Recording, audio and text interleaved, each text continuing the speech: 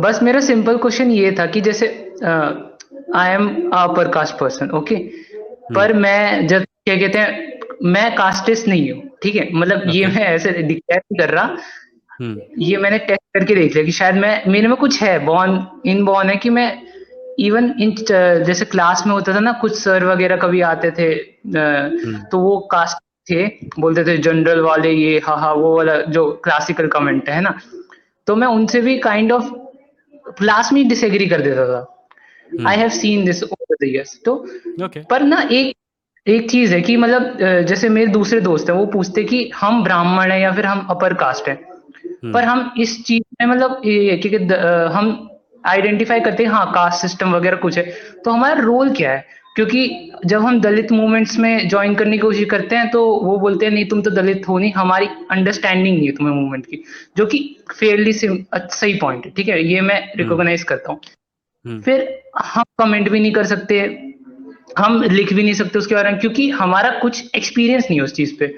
तो अब या हम मतलब हम क्या करें, मतलब लाइक मैं ऐसे नहीं कह रहा, मतलब कोई तुमको नहीं, डिलेमा समझ नहीं गया, है मैं समझ गया, समझ गया। तुम जब किसी के पास जाते हो और तुमको कहता है कि तुमको एक्सपीरियंस नहीं है, तुम उनसे पूछ सकते हो कि मैं एक्सपीरियंस कैसे गैदर कर सकता हूँ, और अगर उन्होंने तुम्हें बुक्स रिकमेंड किए या किसी एक्टिविटी में एंगेज करने को कहा, तो तुम वो एक्टिविटीज़ में एंगेज कर सकते हो और अपने आप को उस लायक बना सकते हो।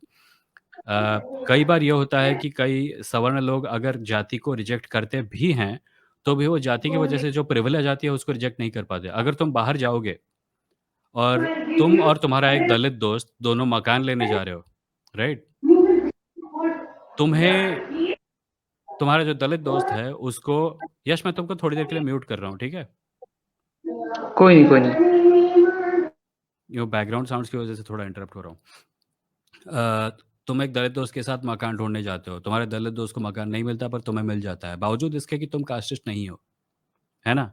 तुम अपने दलित दोस्त के साथ डिस्क्रिमिनेट नहीं करते, तुम अपने दलित दोस्त के साथ रहने में कोई गलती महसूस नहीं करते, पर तुम्हें मकान मिल जाएगा, और तुम्हें मकान चाहिए इसलिए तुम मना नहीं कर पाओगे। So the lack of understanding is not necessarily, it's not always about you being a bad person or a good person.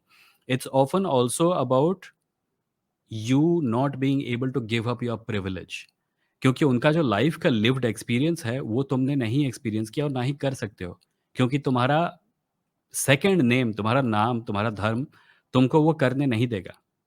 So maybe that is what they are talking about. So I would recommend, if you really want to engage in anti-caste activities and educate yourself about Brahmanism, read books by Ambedkar, talk to your Dalit friends, ask them how you can be of help, let them tell you how to do it.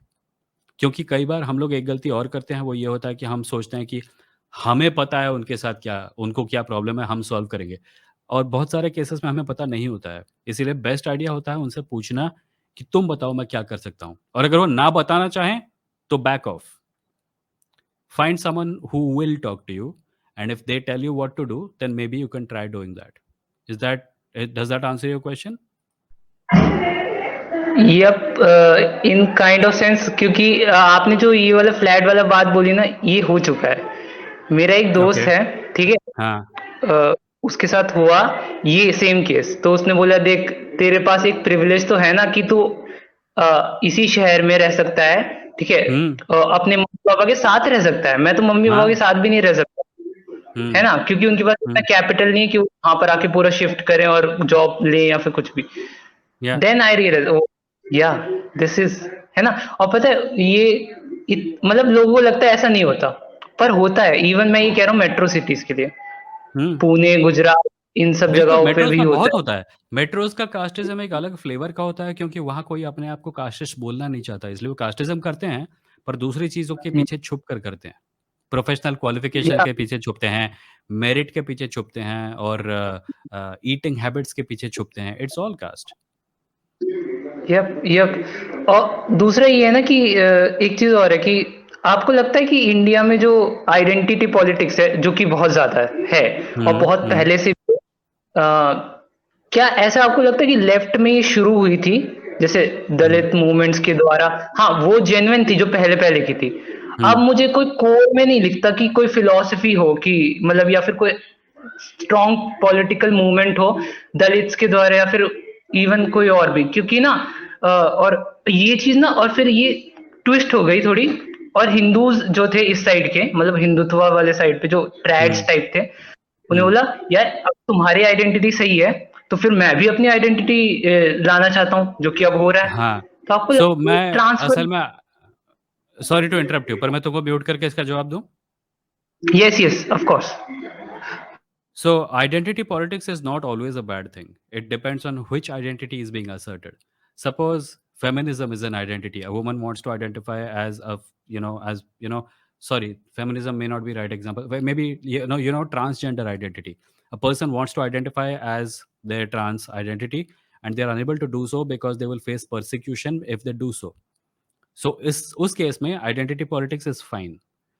But if a member of a privileged caste or class, if a member from a category which is traditionally very powerful in society decides to hammer down on their identity, then that is not helpful identity politics.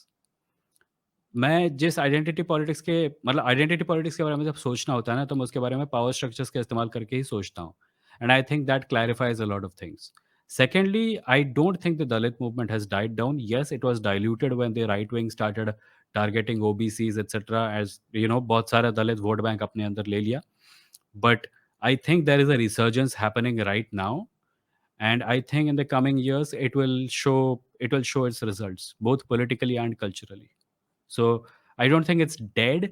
I think there was a concerted attempt made to kill it, but I don't think it is dead.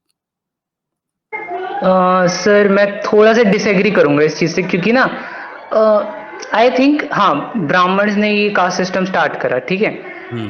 But I guess कि ना बहुत सारे Brahmins नहीं है casteist, like मैं ये नहीं claim नहीं कर रहा कुछ, पर शायद क्योंकि मैं अपने पास देखता हूँ कुछ ब्राह्मण जब चेंज भी हो रहे हैं ओवर द टाइम, Hmm. ठीक है। और Hmm. दूसरा ये कि ना बहुत ज्यादा डेटा ये भी दिखाता है कि ओबीसीज आर द मेन वो, कि जो मतलब दलित को काइंड ऑफ मारते हैं ज्यादा, ठीक है। नहीं मैं ये नहीं नहीं कह रहा I कि see. I'll tell you what.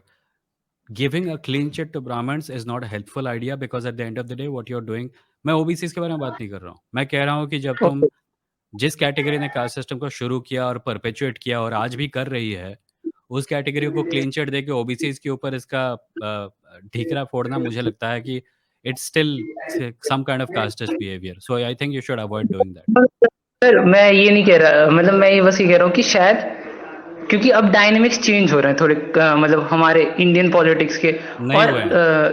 It's मैं स्टिल मैं सु- मैं वही बोल रहा हूँ ना, जब जब ओबीसीज को हाँ। हाईजैक करके राइट विंग ने अपने अंदर असिमुलेट कर लिया, what the kind of behavior you're talking about is still Brahmanism. It was perpetuated by Brahmin, the people who created okay the caste okay system. I get it, okay I get it. The thank you people I get maybe it. तुमने ये देखा है ना, Django Unchained picture देखी है?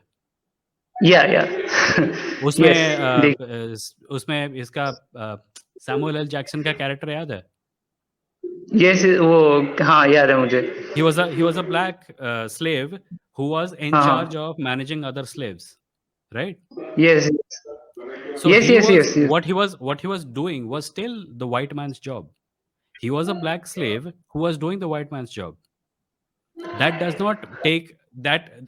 उसको देख के तुम ये नहीं बोल सकते कि व्हाइट मैन तो बदल चुके हैं, ब्लैक लोग ही कर रहे हैं ये सब, है ना?